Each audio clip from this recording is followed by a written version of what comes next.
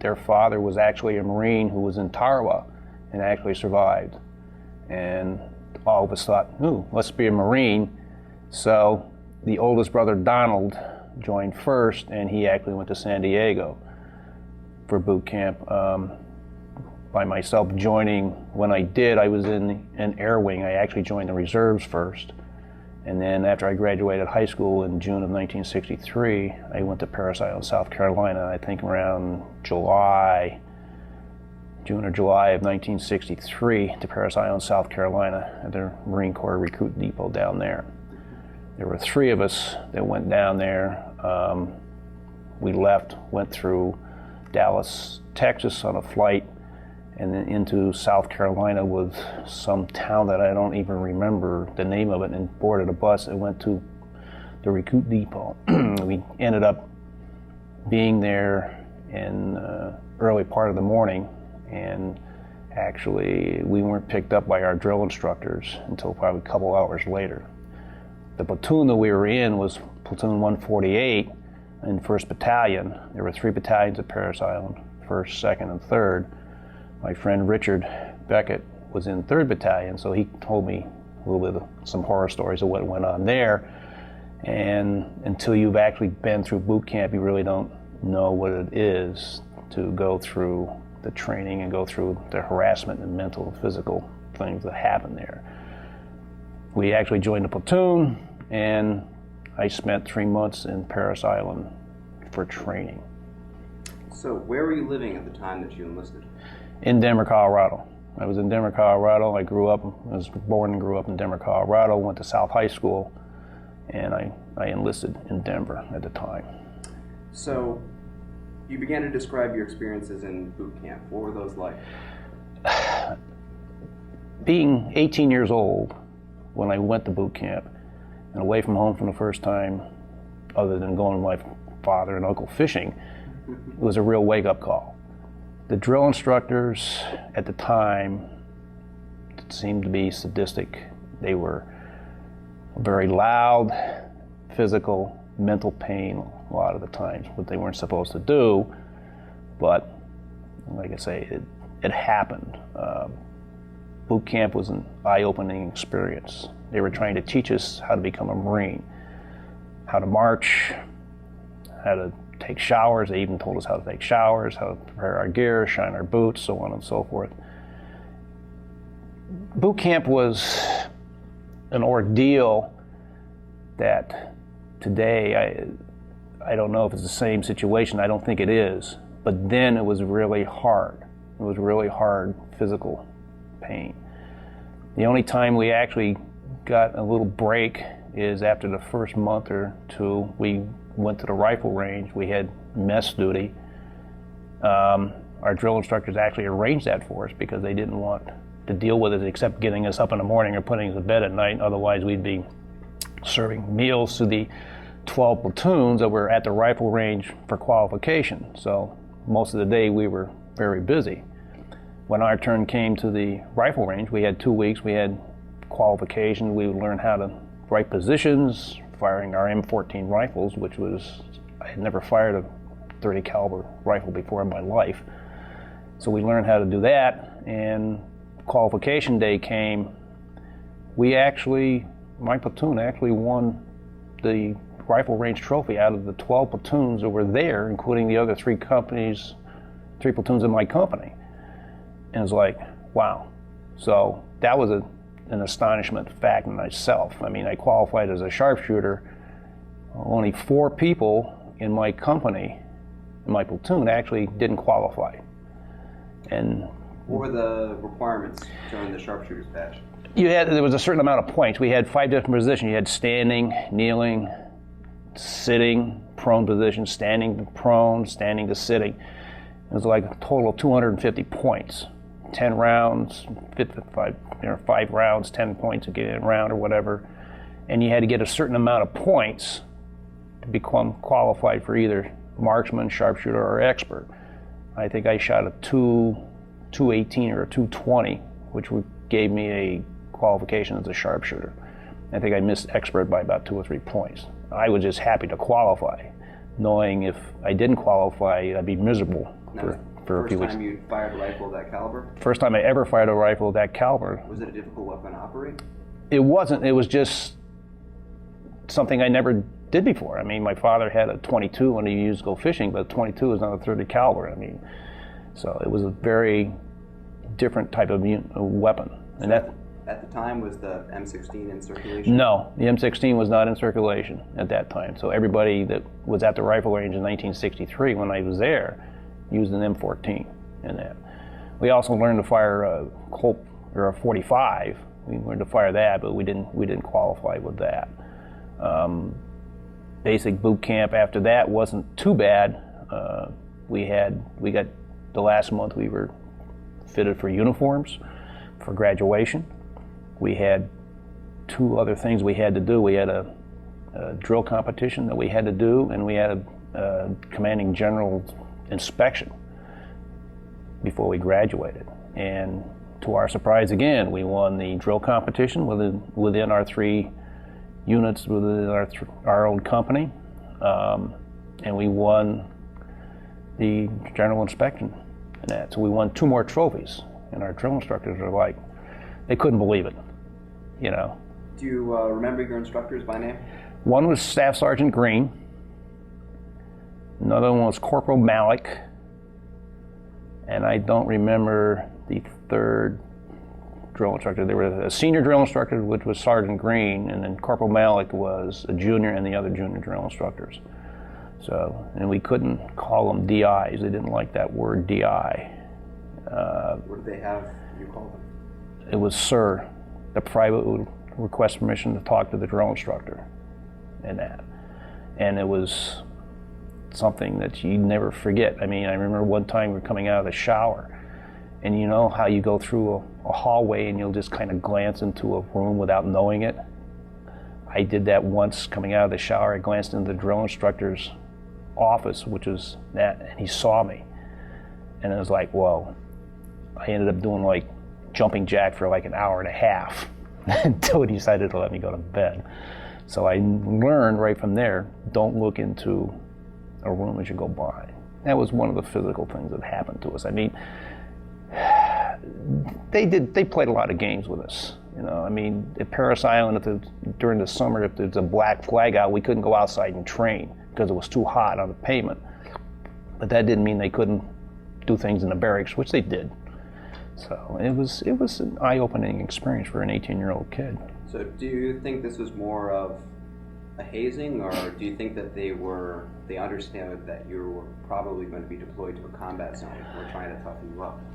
Maybe to toughen us up, but I think they just got a little pleasure of what they did. I'm sad to say, but they ended up were great teachers. They taught us a lot of good stuff. I mean, and I kind of think back to that when I was in Vietnam, that what they taught helped over there, you know. Be tougher, be able to face your enemies, be able to do the right thing. So boot camp was an eye-opening experience for me. How did you get through it, you know, emotionally, physically? You know, that's a good question, because you just take every day as it came. You just had to deal with what they did. I mean, the food was really great. There was a lot of calories, a lot of food, really good that way. They gave us a break every once in a while to go to the bathroom and that. But the training was hard. But you just had to go from day to day, live from day to day, and say, I made it through this day.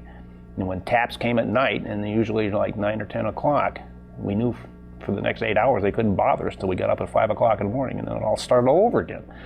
But it was an interesting, it was interesting 3 months at Paris Island. So following your basic training at Paris Island, where did you go? After I graduated from Paris Island, the rest of my guys in my platoon, because they were in the infantry, they went to Camp Lejeune for infantry training regiment training. Myself and the other 2 guys I was with, we went to Jacksonville, Florida, which was a base for learning more about air wing support. So did you have specific qualifications, or was this something? No, that was just something I did because what I was in, when I went in the reserves, I was in the air wing. That's where I went for Jacksonville, Florida. And I was down there for about 3 months learning stuff about air wing and something like that. So before you were active duty, did you, in the reserves, did you have to go through Parris Island? No, I didn't go to Parris Island until after I graduated high school. That was that. And then after Jacksonville, Florida, I came back and I was based in Denver. There was a base in Denver. I can't remember the name of this, but that's where my reserve unit was, and I was there, and I spent time. I think I had to go there like once a month for a weekend, and then I think I spent a week in Olathe, Kansas, doing training there with my reserve unit. So how long were you in the reserves before you went active duty? Let's see, it was February '63.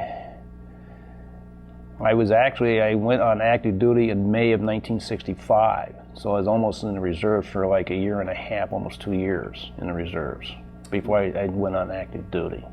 And so the Air Wing, was that something that the Marine Corps chose for you, or is it I chose it. Okay. I chose it. What was your interest in that particular MOS? That's a good question because I don't really know. I mean, my friend Dick, he went into the regular Marine Corps, okay, and he was actually he went to Parris Island for some reason, and then he was stationed, I think he went to San Diego, I think, but I just picked the Air Wing. I mean, that was the closest Marine unit in Denver that I could join at the time. Okay, so. So what were your responsibilities in that particular unit? I was just learning, training, whatever was going on at that particular time for the reserves. I mean, to be honest with you, I don't remember what I actually did in the reserves there. It wasn't until I got into the actual active Marine Corps on active duty when I went to El Toro in California that I got into the information of training for radar and stuff like that.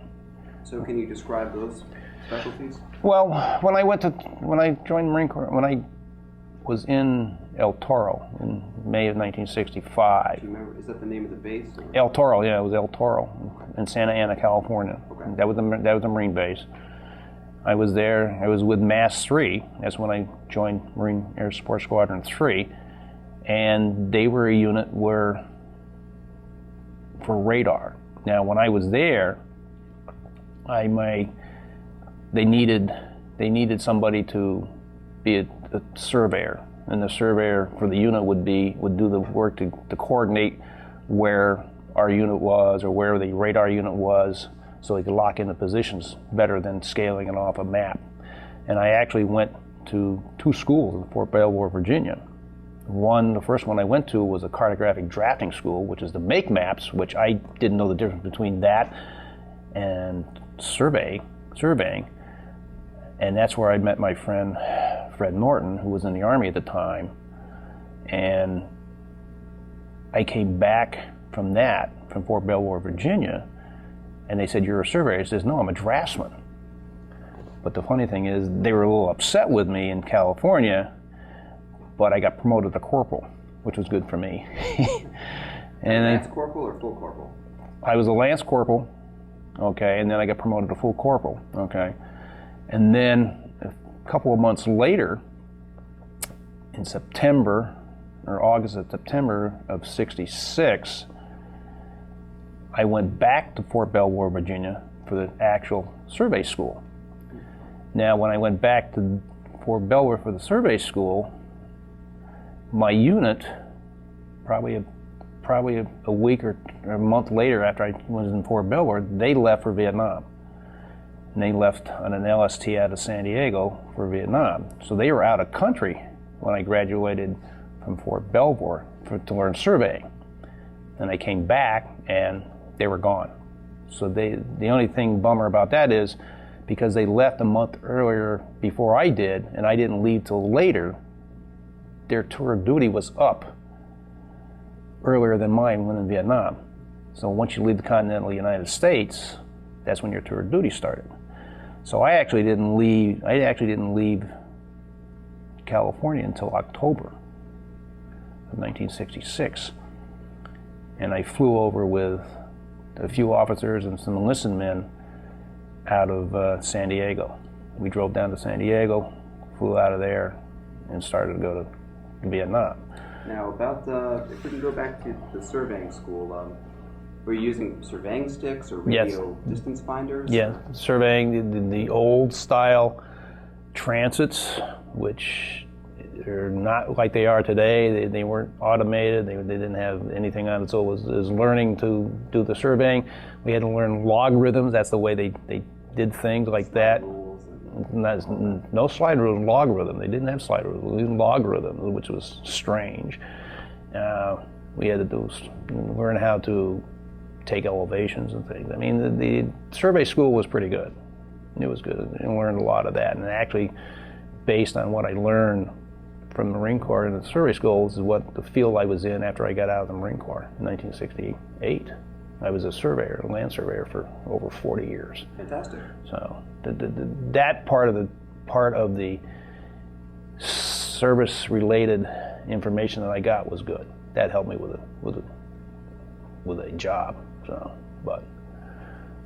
So your unit left in October? They left probably in September. They left in September before I got back from school. So can you describe your transit from the west coast of Vietnam? Well, when I left the west coast, El Toro, we drove to San Diego. We flew out on a 4-engine propeller plane. It was like a cargo plane.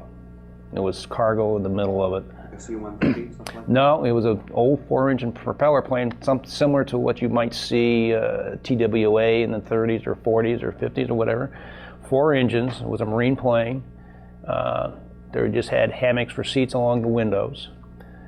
We left San Diego. We were flying. We thought we were on our way to Vietnam. We actually were flying to San Francisco, which we didn't know until we landed. And the only reason we went to San Francisco is because they told us after we got off that we were flying on 3 engines because one of the engines died. So we spent the night in San Francisco, and they didn't let us out they didn't let us out. They figured nobody would come back maybe. So then we left San Francisco. We flew from there to Hawaii, landed in Hawaii in the dark.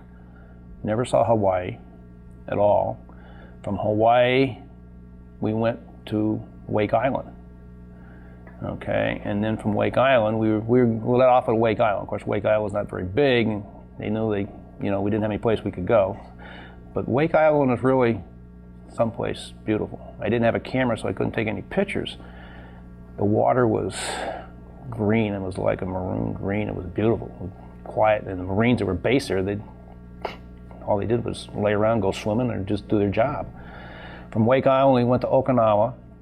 I was in Okinawa probably maybe a week. Were you issued any special equipment in Okinawa? No. We were just there a week. We're just kind of waiting to get our orders to go to Vietnam. We left Okinawa. I actually left Okinawa with 2 officers and another NCO. And it was only like 5 of us. And the rest of them were going to wait in Okinawa till the ship came in, because the ship still wasn't into Okinawa yet. It was still out in the ocean. The LST that took the rest of the guys, they were still in the ocean. So I left Okinawa and went to the Philippines, landed in the Philippines, in Manila. I actually got off the plane in Manila and saw the mountains and that. And then it was at that time we picked up some other people to go to Vietnam. That plane we were in was a C-130. Okay, loud, very loud, interesting plane. At that time when I got to the Philippines, I could see these guys walking around. They were picking up, going to Vietnam. They had rifles, pistols, guns, whatever, and we had nothing. We didn't have anything. And I thought, oh, this is kind of real. And we landed from Philippines. We went to Da Nang, South Vietnam. And we got off at Da Nang, and it was like total chaos. I mean, there were planes coming and going, helicopters, trucks all over the place. And again, all these guys with weapons, and we didn't have any. From Da Nang, I think we spent the night in Da Nang, and then myself and the officers and the other staff sergeant or whatever it was I was with, we left and flew down again in a C-130 to Chu Lai, South Vietnam, which was our home base in Chu Lai, South Vietnam. At the time, our area that they were going to wasn't built yet, so there was some barracks on one side of us, and I was because I was only a corporal at the time. I was billeted with some other guys that actually were in the Mass 3 unit that I knew that had left earlier in the year, and they had gone like 6 or 8 months before I did. So I knew some of those guys, but I was with them for about a month before my unit came in. There was a tank that was on our right-hand side as you look out from the barracks that we saw. Barbed wire in front of it, the trees were cleared, and that was interesting. The tank never fired when I was there. One night I think they suspected the Viet Cong, and the tank opened up with its machine guns, but it never fired the main thing, and later on it moved away. But that was interesting. I'd never seen a tank fire before. That was kind of scary. Did you feel secure at the compound? I felt secure where I was. I mean, they actually issued me a rifle, but I did guard duty for a while. I was out close to the tank at times for guard duty, myself and another guy in a hole with an M60 machine gun and our rifles, and I think we had a radio to listen to the tunes that were being played on the radio by the Armed Forces Network, and that. But that was kind of scary. And did you ever see combat? No, I never saw combat. I never fired my weapon at anybody. There was only one time later on that I actually got shot at, but didn't realize it. After my unit got in, and the radar that we worked on, we controlled planes, and we had been asked to go out to a hill out down in the Quang Ngai area that some planes had come in during the night and dropped some ordnance on some friendly troops, friendly Marines. They made 2 passes. They actually killed 3 guys and wounded 11, and they thought we controlled them. So myself and Major Brown, who was the executive officer, went out to the area, and I actually went out with a patrol that walked out there. And of course, I had my rifle, and he had his pistol or whatever. We got up to the area, and talking to the Marines from the unit were there, and it was like the hole was bigger than this room, and from a 500-pound bomb that got dropped on it, and they told us where the planes came in from, and I had a device that I could tell, which direction it came in from, and it turned out that it wasn't us; it was somebody else, and I think it turned out to be an Air Force pilot or somebody else that actually came in and dropped bombs, and I never know what happened to it, to those guys or whatever. But that, and then while we're standing around talking to these guys on the hill, we hear this ping ping, and all the guys we're standing with are falling down, and Major Brown and I are standing there going, okay, what's going on? And they're just kind of laughing at us because we're standing up and they're falling down. And they joke, well, they're getting closer today. And I got shot, but didn't realize it. Was friendly fire a constant concern for you and the other? No, not where we were. Okay. Not where we were.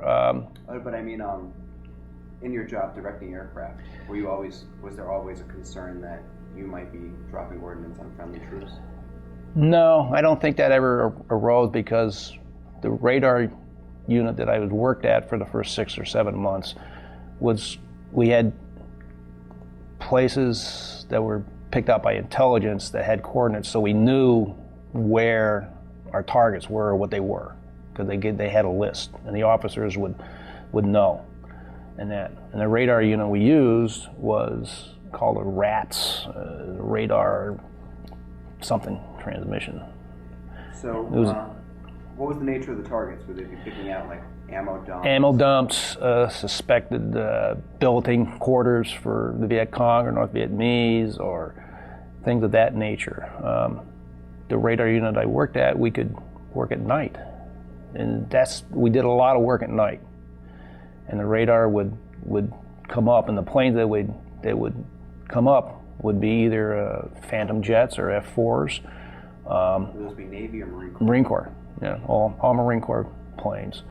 The radar had such capability of locking on to the tail or the nose, wherever the radar was, and actually the radar, once we locked onto it, the officer to my right could actually tell the pilot which way to go, and we could see the actual, on the screen, we could see the actual movement of what was going on.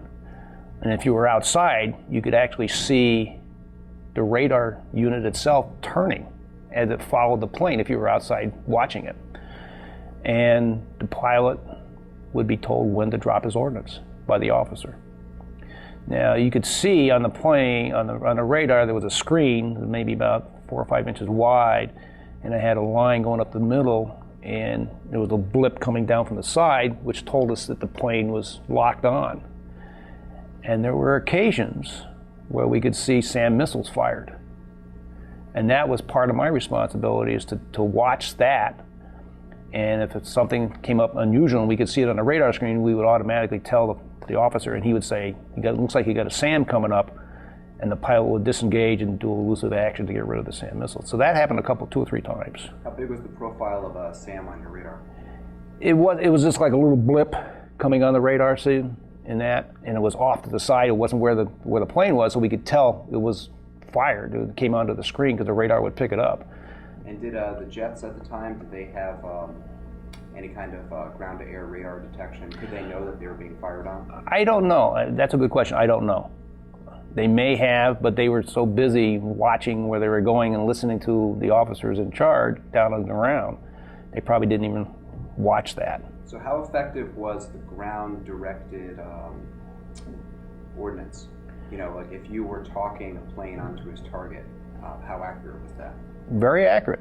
They could do they got it down to within, I don't know, a couple 100 feet maybe.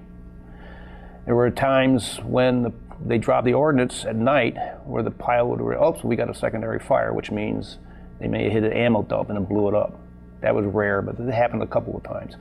A lot of the times we didn't know if what we bombed was working. You know, we had no idea if we were successful in that. I don't know if they ever got reports back or not. They might have. I don't know. I don't know.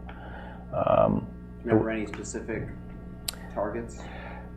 One specific target, and this was during the day. They had a forward air controller call up, and the forward air controller was a guy in a little Cessna type plane. You would call in and he says, I need a plane with ordnance because there's like 40 or 50 Viet Cong or North Vietnamese soldiers out in an area. They called us, we called the base where the planes were stationed out of, got a couple of jets scrambled, came up, got locked onto them, and we actually dropped 24 500-pound bombs on these guys. Now this thing was, the forward air control after the bombs were dropped, he came back and he said, yep, looks like he got 40 of the 42 people. And I'm thinking to myself, you know, since I saw a 500-pound bomb what it looks like, and they dropped 24 500-pound bombs on these guys, how can you tell if you got anybody at all? So that was something that I thought, wow, I almost didn't believe it, but vaporized, or they had to be. I mean, but that was the only time that we thought we actually killed any of the Viet Cong or North Vietnamese people when we were over there. So that was an interesting job. One of the other jobs I had in the I left the radar unit. I worked in another part of the radar in an area where they would control or track planes that were flying, going from one place to another. I did that for a few months in that. It's almost like air traffic control? Well, it wasn't like air traffic control, it was just we were monitoring where people were going. That was another part of what we did. So in terms of this, aircraft traffic, did your responsibilities include strictly South Vietnam or North Vietnam? We weren't supposed to go, actually planes weren't supposed to go into Cambodia or Cambodia and Laos. They weren't supposed to go into Cambodia or Laos. One time we had a plane call to help the one to drop their ordnance, and we asked where they were, and we could tell they were coming out of Cambodia, okay, which was supposed to be there, but obviously planes went in there. They never actually called us back to drop their ordnance, so I don't know what happened to them.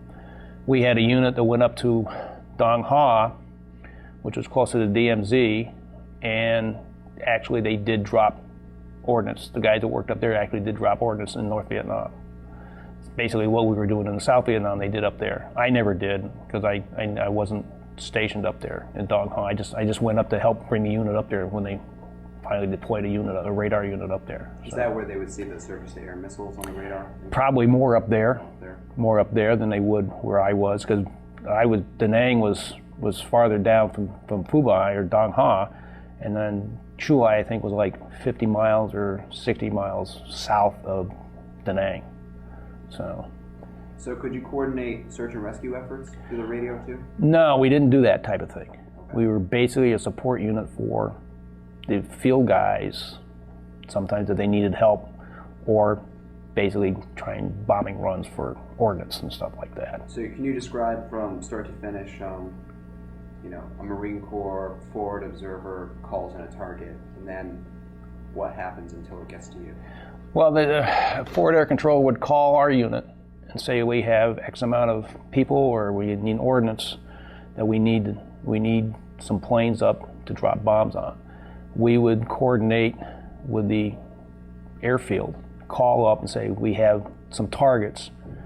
They said they would scramble jets. They would give us their call signs. They'd scramble them, get them up.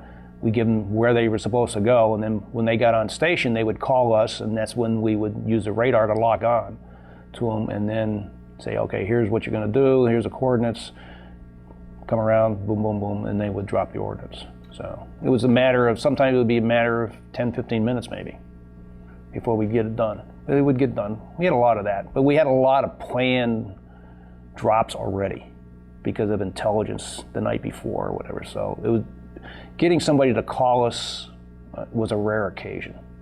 Basically everything we had was planned by somebody else. Do you remember the types of aircraft in the Marine Corps inventory? I remember you mentioned we had F-4 Phantoms, F-4 Phantom jets. There were A-6 Skyhawks. There were F-8 Crusaders. Those are the basic three jets that we took control of. Did the Marine Corps operate Sky Raiders, or were those Navy and Air Force? That's probably somebody else. Those other three I just mentioned are what I'm familiar with as far as what we control. We never controlled anything for helicopters. I mean, our barracks in Chuai were one side of the helicopter pad was in Chuai, and there was constant traffic going over us and back from the helicopter pad. But those were the three types of basic planes that we saw. Now, were there ever any casualties in your unit? Nobody that I know of died or got hurt in my unit from the time that I was over there. Even the guys that were up at Dong Ha, I think there was a case on. They were surrounded for a while up in Dong Ha, but nobody got hurt, surprisingly, which was a good thing. So, can you tell me a couple of your most memorable experiences overseas? Well, memorable not. As I say, the one I got shot at was interesting. Actually, I was on a hospital ship for 6 weeks. I don't know if it's memorable or not, but I was on a hospital ship. I had pink eye, which for that country was, a lot of people in that country had it. It was a very dirty, unsanitary place. And I'm not surprised more people didn't get it. A lot of the villagers, a lot of the people there had it. I came down with it. I didn't know what it was. My eyes were bothering me. I went to my corpsman, and he sent me to the aid station down the way. I went down there. They didn't know what it was. I had told somebody I was leaving. Got down to the aid station a couple of miles away, which I hitchhiked a ride to. They didn't know what it was. It just happened to be that the hospital ship Hope was out in the bay. They airmailed me from there to the hospital ship. They took me on the hospital ship. They didn't know what it was. Unfortunately, or fortunately, the hospital ship left. I was on a hospital ship for 6 weeks. It took them about a month to figure out what was wrong with me. I did a complete battery of tests, like I did when I joined the Marine Corps. I got all my shots all over again. They did stuff on my eyes. They gave me a complete physical, my teeth, you name it, they did it. Nobody thought to just... Nobody knew what it was. The doctors didn't know what it was. They had no idea. Took them a month to figure out what it was. In pain for a month? In pain for a month. Of course, they would give me medicine to help the pain, and I would sleep probably 20 hours, and they'd wake me up to give medicine to go back to sleep again. But eventually they figured out what it was. It was conjunctivitis and that, but they didn't know. And the other thing about it is my unit, the officers and everybody thought I went AWOL at the time. They didn't know where I was.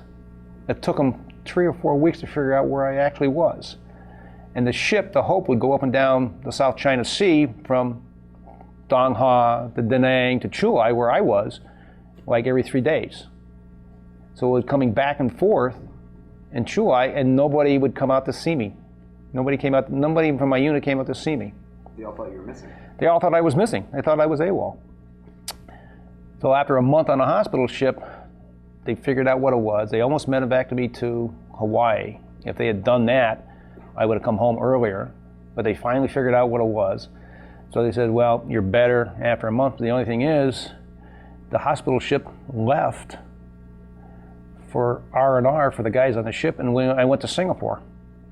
We went down to Singapore, went down across the equator. Not such a bad deal. It wasn't such a bad deal. The only problem is we were in Singapore for like a week or more. I only had $3 in my pocket. I couldn't get off the ship, couldn't go into town. You had to be on the ship like 2 months before they would give you back pay or any pay. Didn't know anybody hardly on the ship. So I was in Singapore, and that's all I can say. I was in Singapore. And I came back from Singapore. I landed in Da Nang, came back to my unit, and got back, and they said, oh, you're back. They finally figured out that I hadn't gone AWOL. I was back, you're back.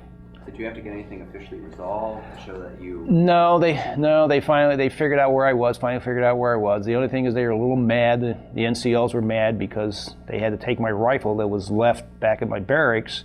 They had to clean it for me. And of course, the country was a little wet, and humidity, and it got a little rusty, so they were a little mad about that. But other than that, they just was like, you're back, so what? Now, I remember hearing issues with the M14 and humidity where something about the wood in it would swell and with it, something... Well, I don't know about that. I mean, like I say, we never fired our weapons at anybody when I was over there. I mean, when I was in Quang Ngai, we would gone there, we set up our unit, and they send us down to a river. There was a riverbank down in Quang Ngai City, down in Quang Ngai. The guys and I would take a big truck, go down there and start filling sandbags. And the kids around the area would come out and visit us, and we'd actually pay them to fill the sandbags, and we would go swimming. And then there were a couple of times where we asked the NCO, the staff NCOs, could we fire our weapons? So we fired our weapons, but we were firing them at tin cans and stuff. That's the only time we ever fired our weapons. So that was kind of fun the time we were down in Quang Ngai. But other than firing and shooting anybody, never did it. Do you have any other memorable experiences? We talked about conjunctivitis. We talked about... Other than the fact my mother died in November 1967, I came home. The Red Cross was very good, helped me get home quickly. Came home, saw her, buried her in Cambridge, New York. Went back. I think I had a week or 10 days leave.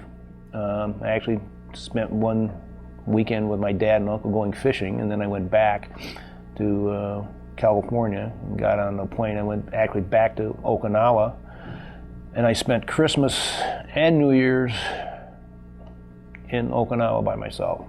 That's memorable. I remember that. So, but other than that, I mean, I spent I had R&R twice. I went to Japan for a week. I went to Hong Kong for a week. Took a lot of pictures. I had a camera. I took a lot of pictures of Japan, a lot of pictures of Hong Kong. Did you have your choice of R&R locations? Yes, there were different choices. You could have gone to a lot of. You could have gone to Manila. Could have gone to Taiwan. I chose. I think the first one I went to was Hong Kong. I chose that. I had back pay, so we had money in back pay for that. We got over there. We got into a hotel. We paid for our hotel room. They figured they'd pay it first so you don't lose all your money. There was, at that time they said there was 2,000 bars in Hong Kong, and there was only like 6 of them you couldn't go into. So I spent a week in Hong Kong, bought some stuff, sent it home, sweaters, mohair sweaters, things like that. Did the same thing in Japan. Went to Tokyo. Went to Tokyo Tower. Got a picture of myself at Tokyo Tower, and that I still have. Same thing. I mean, Japan was very clean, really clean. What was the military presence like in these R&R spots? Would there be a lot of GIs? All over the place. Air Force, Army, Navy, Marine, you name it, they were there. A lot of guys were drunk, get away from Vietnam or whatever. But it was a good. I mean, the week I had in Japan and Hong Kong were good. It was a lot of fun. Did a lot of stupid stuff, drink, whatever, patronized with the local people. And actually in Hong Kong was the first time I saw a Chinese girl, I guess it was, singing I Left My Heart in San Francisco. I thought, wow. I'm in Tokyo, in Hong Kong, and she's singing I Left My Heart in San Francisco, which was pretty interesting. Was it a surreal experience moving from a combat zone back to the United States, then overseas? Yeah, I mean, when you're over there, you understand what's going on. I mean, every place you go is a possibility you could get shot at or something could happen. But again, it's like we just did it. We just did our job. I mean, the guys I were with in my unit were really, really good people. Really good people. The officers were good too. In fact, I actually went through 2 commanding officers when I was there. Colonel Fenton was my original commanding officer. He actually got over there before the unit did, okay? When I left over there, when I got in Vietnam, Major Brown was a pilot. And he actually automatically, as soon as he got over there, he started flying missions. He asked for help flying in Phantoms, F-4 Phantoms, the back seat to help fly via those. Right. What is it, the radar operator? Radar operator, right. He'd asked for help for that, plus he asked for help for helicopters, because he used to spot artillery rounds over the DMZ. He asked for that. And I didn't have anything to do the first month I was over, so I volunteered. Unfortunately, or fortunately, Colonel Fenton didn't allow it. He didn't want anybody to get hurt. So he flew without a backseat driver? I didn't get the chance to, because Colonel Fenton didn't want any people that were over there at the time to get hurt.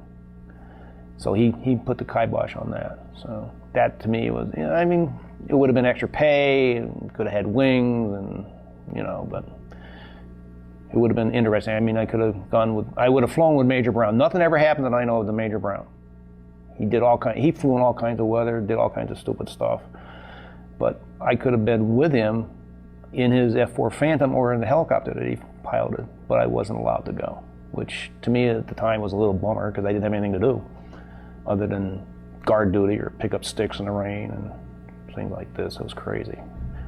I had guard duty. I had guard duty in my barracks for like a month, which we would take once the barracks were all built, we take the outhouse cans, which are 50-gallon drums cut in half, filled with diesel oil, they'd use for potties underneath. So it was like a porta potty, the old outhouse style thing. The only thing is, about once a week you'd have to take them out.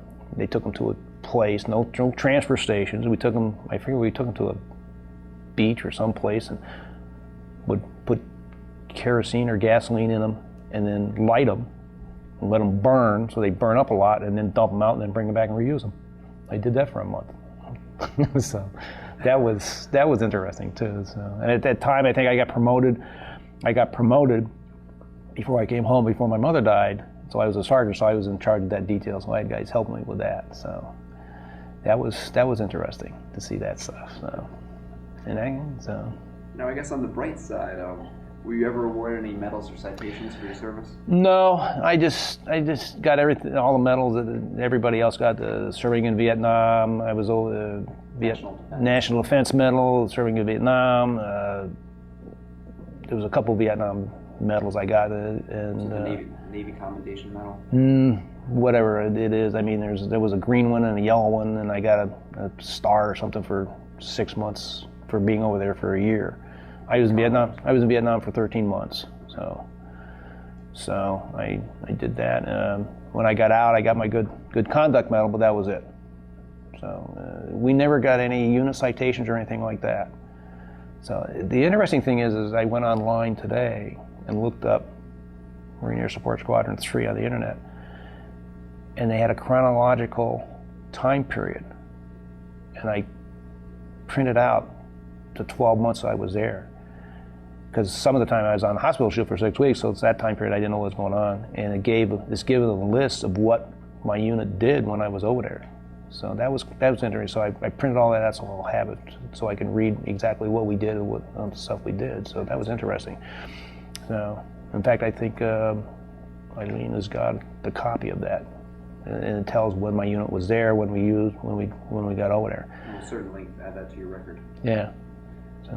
So I guess now some more of the day-to-day, the personal life kind of questions. How did you stay in touch with your family while you were overseas?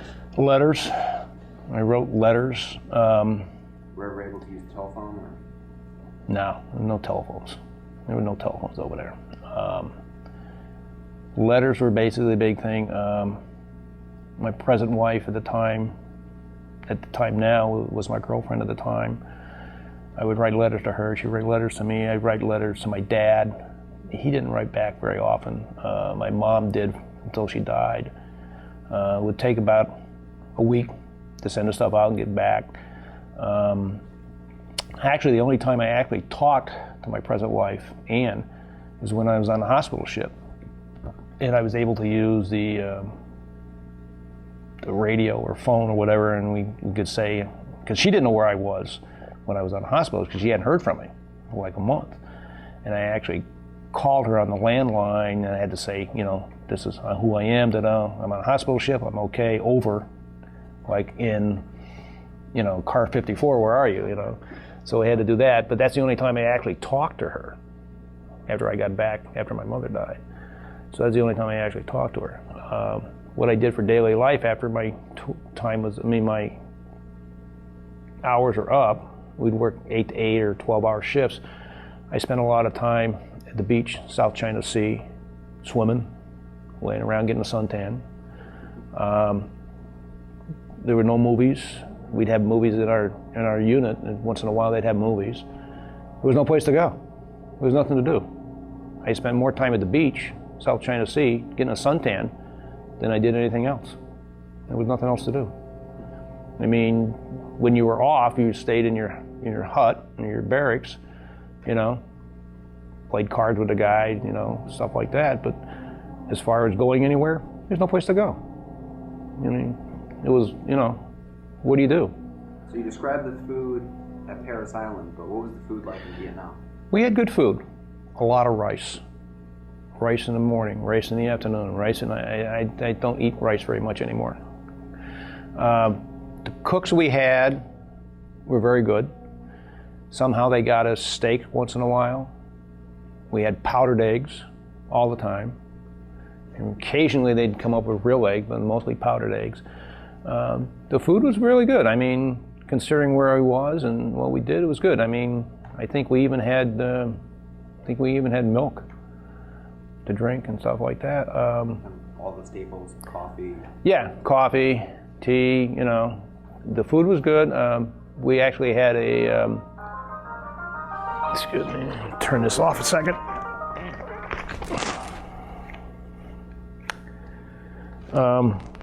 We actually had an NCO club over there. So once you made sergeant? Corporals and above could go to the NCO club.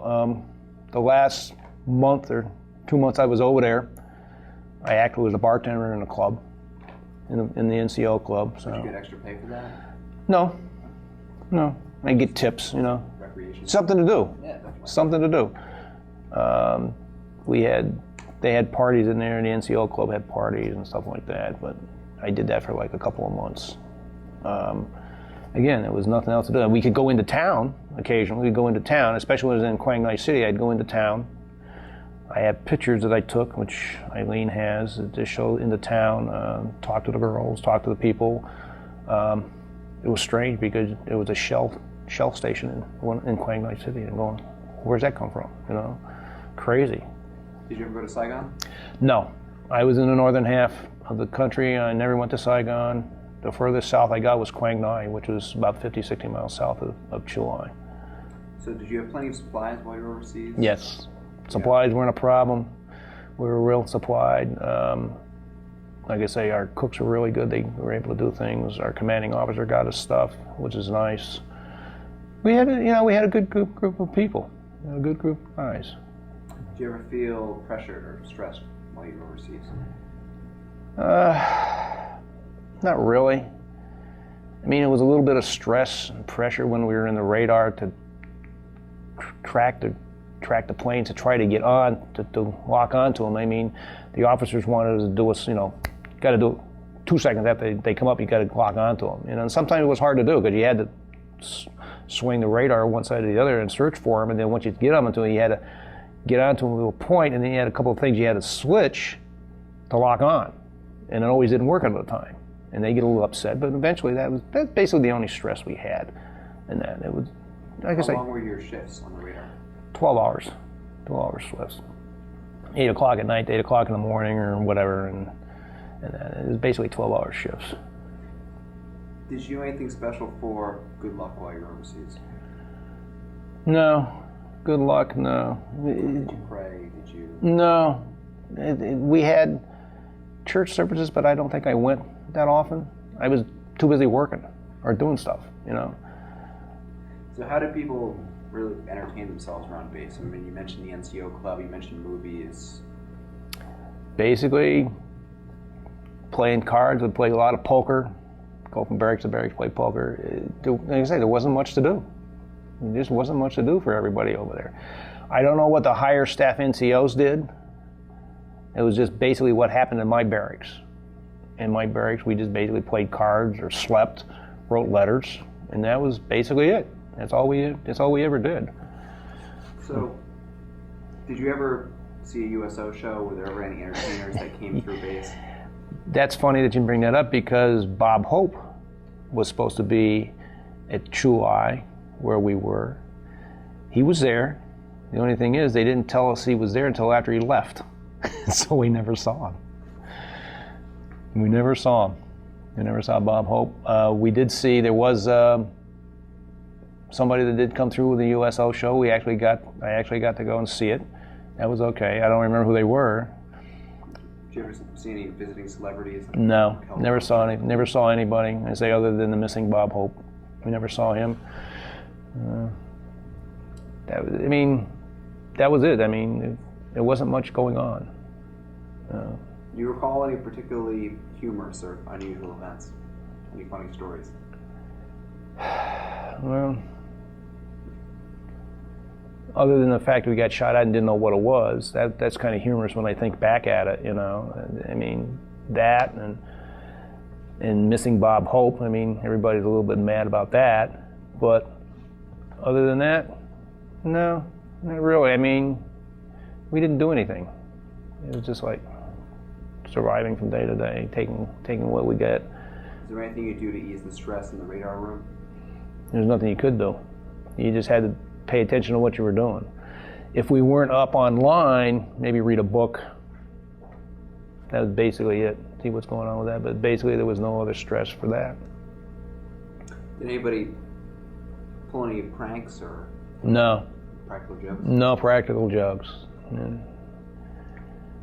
And you have photographs. I have photographs. I'll sit with you and get the captions on those. So what did you think of your officers and the men that you served with? The officers I served with were really good people. Major Brown was really something. I really liked Major Brown. War pilot, right? He was the F-4 fighter pilot. Yeah, he was a fighter pilot, a helicopter pilot. Stories about Major Brown? Other than the fact that he flew all kinds of missions. He'd take missions that nobody else wanted in all kinds of weather. That's the only thing about Major Brown. But he was a really good officer. He and I got along really well. In fact, he's the one that asked me if I would help him out by volunteering to be a backseat rider in his F-4 and the helicopter. He was very good. Our commanding officer, Lieutenant Colonel Fenton, he was a short man, a little chubby, nice guy, but very concerned about, didn't want anybody to get hurt. Was he also an aviator? No, he wasn't. He actually, I don't know when he left, but then we had a Lieutenant Colonel Peterson came in as a commanding officer. I didn't know him at all. I didn't know the higher ranks other than Major Brown. Major Dixon was our XO officer. He was funny, a funny guy. I actually went with him one time to a staging area where they were having helicopters take Marines in an operation, and we could see them taking off. And I think we were there to support or have a unit there with our radar unit, and Major Dixon was there, and we could see the helicopters taking off and swinging around the country and dropping the Marines off where they were going. And we could also see planes coming in, dropping bombs. They come around, they swing around from one side, they come in from the one side, and we could see them dropping the bombs. And Major Dixon was there, and I'm watching, and he's there watching him as I am.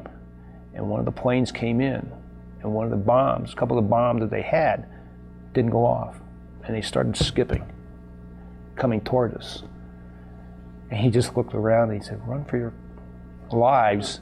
And it was like, whoa. And we did. They finally went up way away from us. And he was. You know, I can remember him just saying, "Run for your lives." And we did. But he was cool.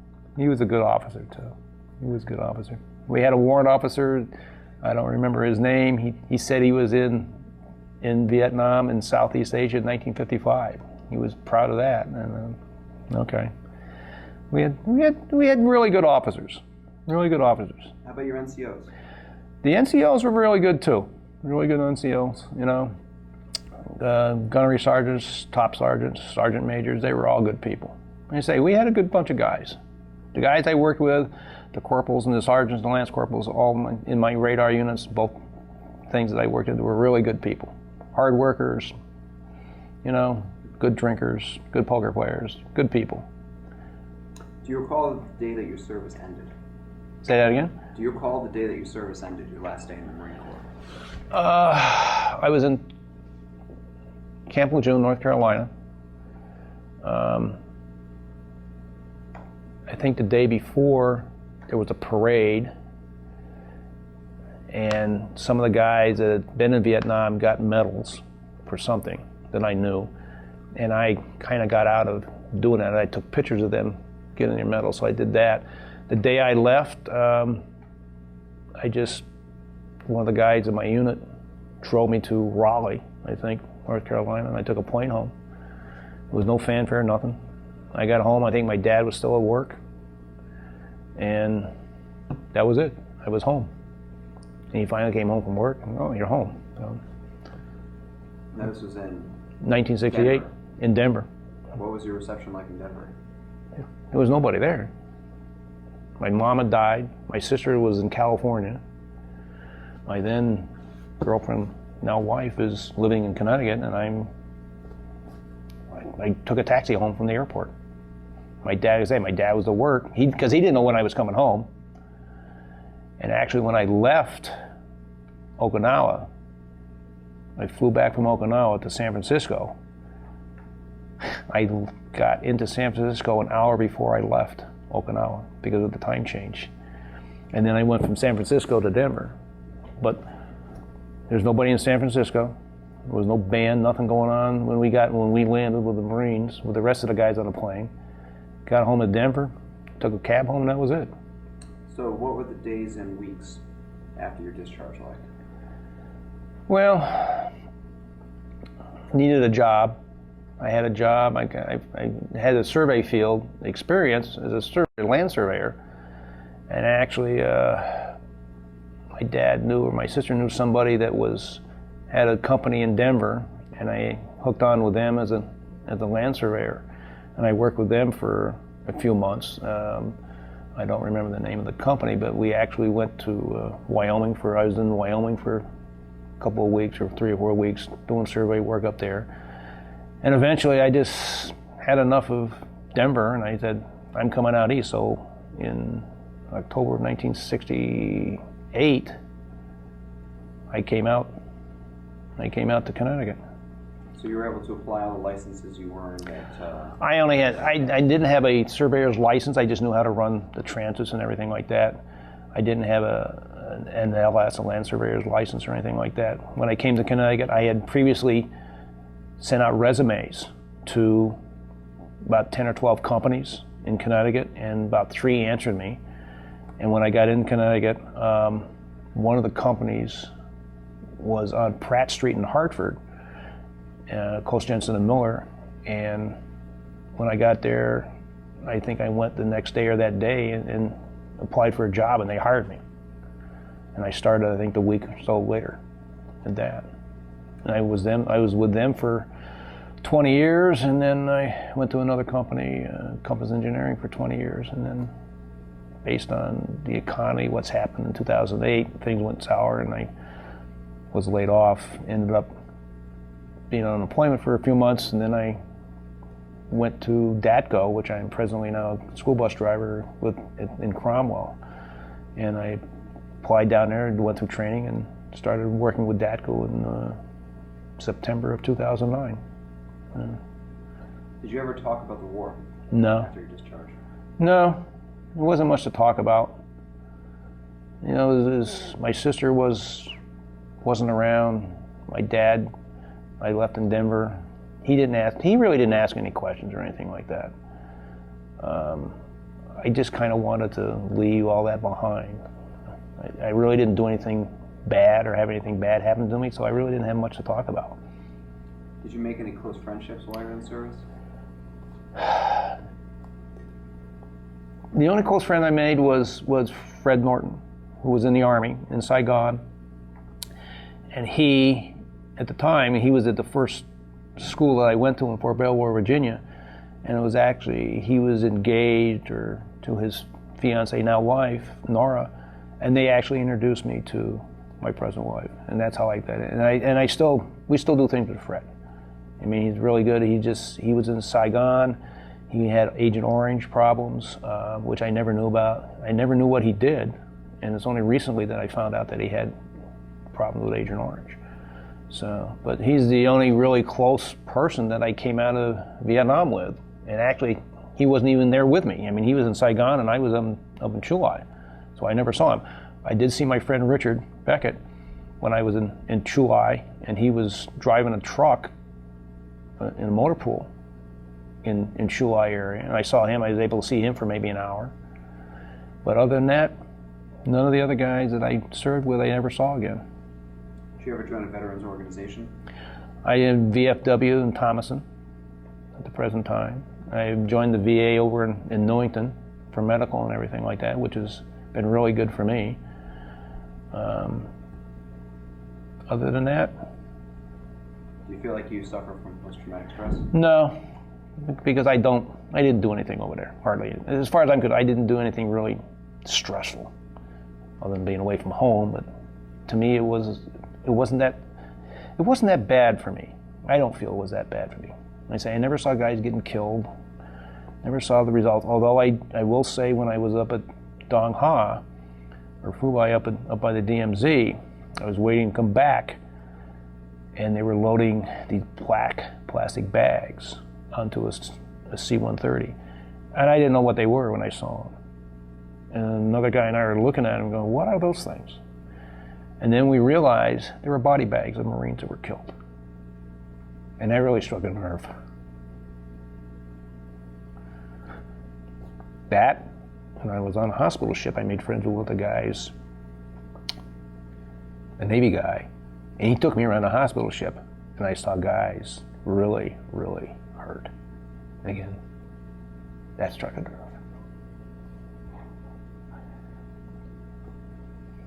Has the military influenced your thinking about war or the military in general? Say that again? Did your service in the military influence the way you think about war or about the military in general? No, I mean, wars aren't good for anything.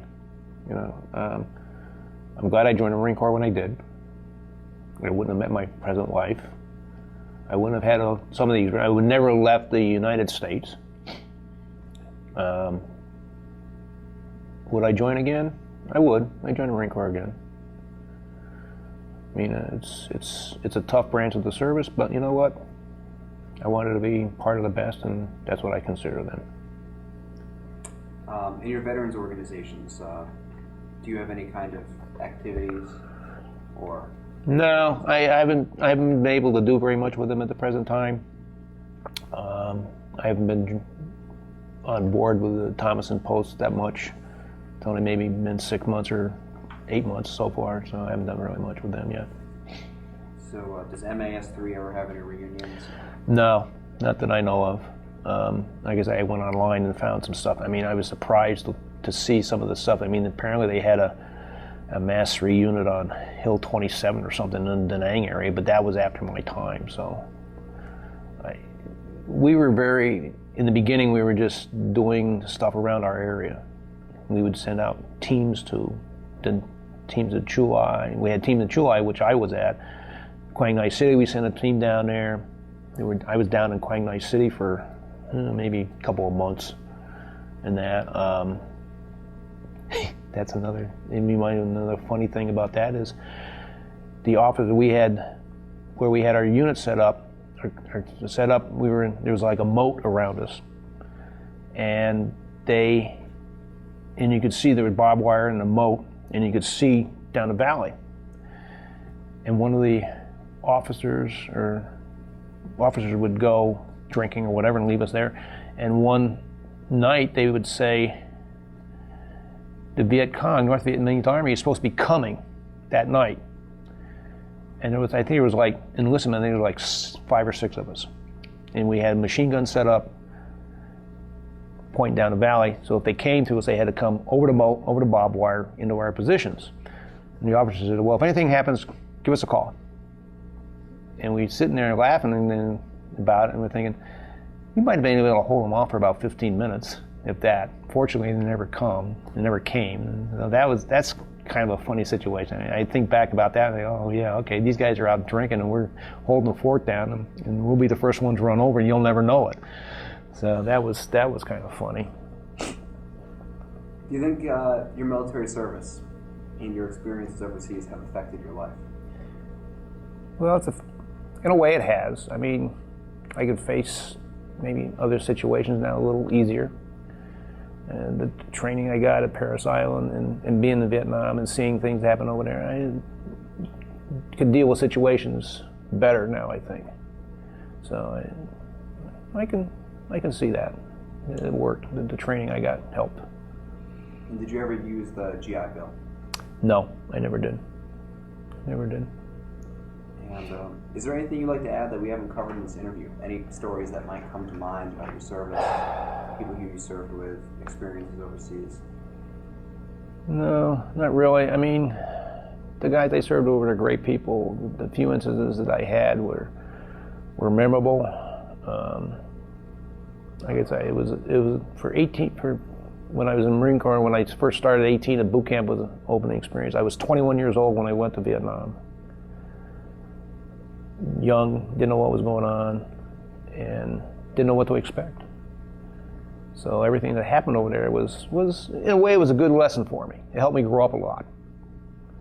And I think that's where a lot of this came out. I grew up a little bit. Whether it's good for everybody, I don't know. The guys I was with over there, the infantry guys, they had it the worst. I mean, they were just out in the field. I mean, I spent some time out when I was first over there with another corporal, and they just kind of tried to hide us. So they put us out in this area, and we just did nothing for a couple of weeks. And we'd have Marine infantry come in from the field, and they would ask us to mail their letters and stuff like that. And we would do that, and seeing those guys, just like, wow, I'm glad I'm not out in the field, you know, because they were the guys that had the problems. We didn't have the problems. Did you ever see a Viet Cong or North Vietnamese? No, never did. Never saw any of them. I think they never shot anybody. Never. Other than we got shot at once. Almost got bombed. Almost got bombed. Almost, you know, got run over, but never saw any Viet Cong. I'm sure they were around. One of the guys in my unit, when I first got over there, out to buy the barbed wire, the kids would come to the barbed wire and they'd ask for stuff. And one of the kids threw a hand grenade at him. It was a dummy, but at the time he didn't know it. I was like, oh, wow. I mean, that was an incident that could have been bad, but for me seeing any of them, don't know. Can't say I did. No. Well, on behalf of the Veterans History Project, thank you very much for coming in and doing this interview with us today, and thank you very much for your military service. Thank you. Appreciate it.